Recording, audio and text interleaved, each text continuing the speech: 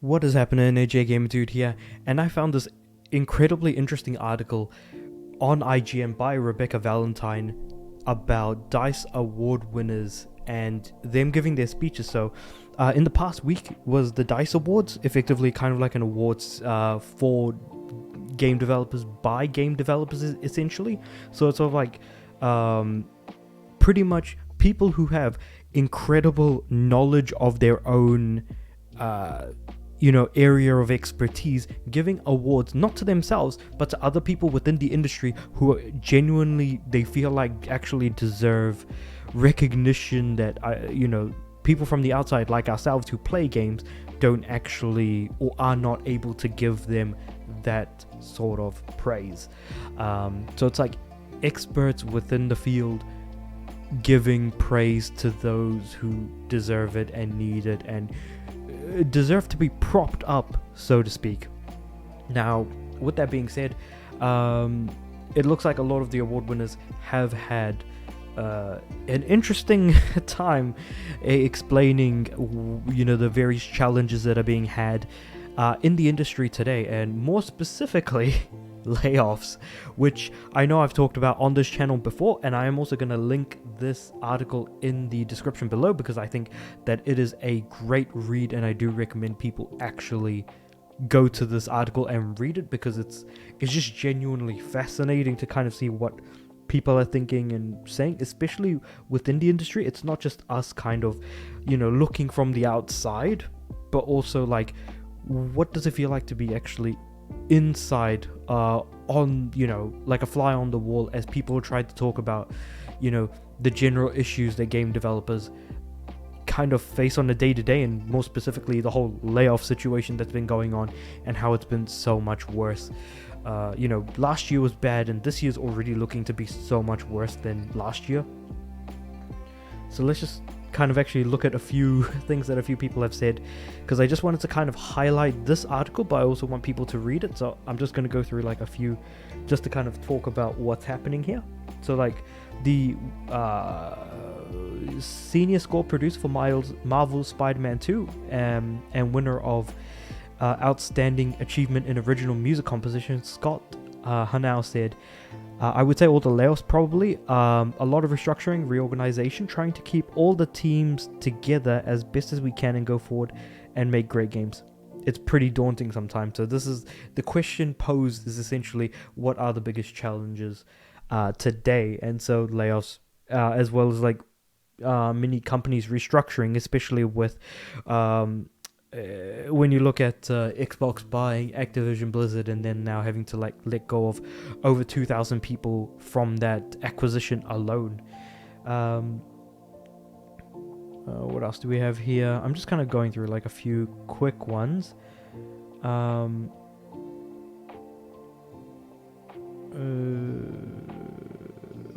Let's go down a bit to Matt Kramer, which is creative director at Sanzaru Games. Oh, okay, so Sanzaru Games did do Asgard's Wrath 2 and won Immersive Reality Game of the Year. I think it's our people. Our studio is about people. It's about the game designers, the audio designers, the producers, everyone that makes these games. There are so many players in it, and it's really sad to see what's going on right now with all the layoffs and stuff. So hopefully we can turn that around and set it on the right trajectory, because games are what sells hardware, and we need more games. We need more high caliber games like Asgard's Wrath 2, touting his own horn a little bit. I appreciate it. So for everyone that's a designer, producer, engineer, anywhere, thank you so much for all your hard work on every game that was shown tonight. You guys are awesome. And that is actually a really, really good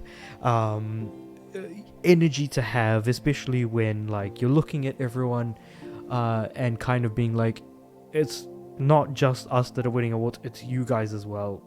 You're the guys who bring it together. But even with all of that said and done, I don't think that's going to change the minds of corporations, companies, and things like that, who are the ones making the decisions to lay people off. Andrew Baudouin, game director of Forza and winner of Racing Game of the Year. Back in the day, games were $50, $60 for a game. And maybe you played it for 8 hours. Now we're providing games that have hundreds of hours to do with that size. The size of the team has grown. The amount of talent we've brought to the brought to the team has grown, the complexity of the world, the complexity of all of that, and we're still offering incredible value for the money. So I guess he's kind of more so looking at the actual, how much people spend on games not going up that much. Let's see here. Karen Reed, Director of Audio Management on Marvel Spider-Man 2 and winner of Outstanding Achievement in Audio Design.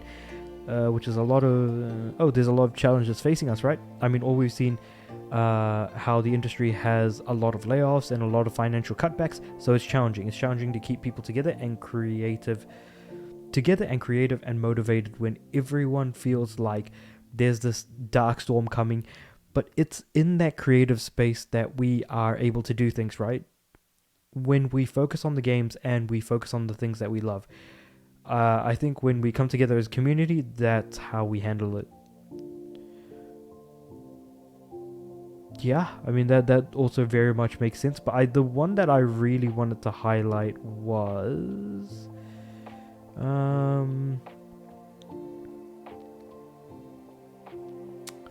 what's the one that I really wanted to highlight? There was one here, and I completely forgot to highlight it myself.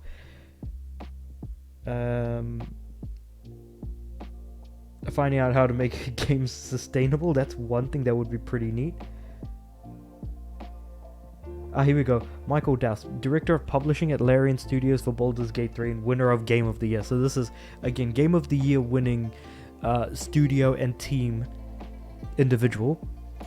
But effectively, it's like, stop firing my friends. Jesus Christ. I mean, everyone is talking about how the rules are changing.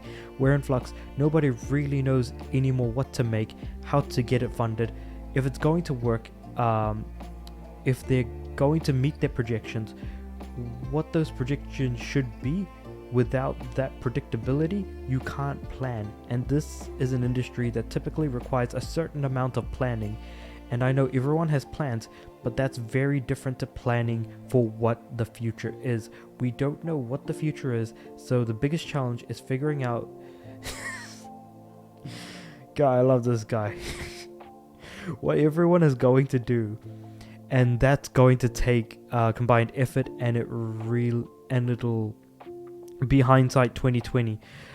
If it's good, it'll work. If it isn't, it won't. Yeah. And this quote is also quite interesting. The most important thing is to figure out how to make it all sustainable, because our mistakes will create victims. Yeah, embrace a group, anyone? That's another thing. Like, I can't help but, laugh nervously as I say it. But embrace a group is also another solid example of everything that's been going on, and not just, Microsoft and things like that.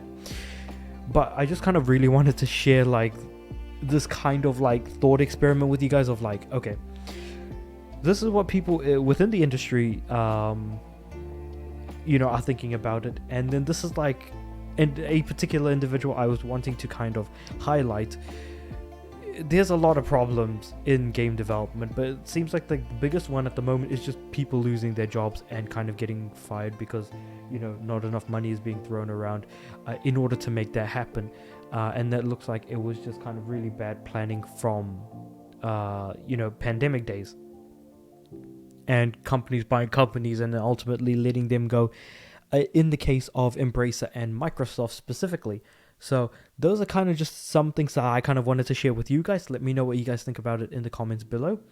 Like the video if you like the sort of conversation. I will link this article in the in the description below. So please do kind of give that a shot and see, like, give it a read, because it is a great article to kind of see just how just what is affecting developers at the moment.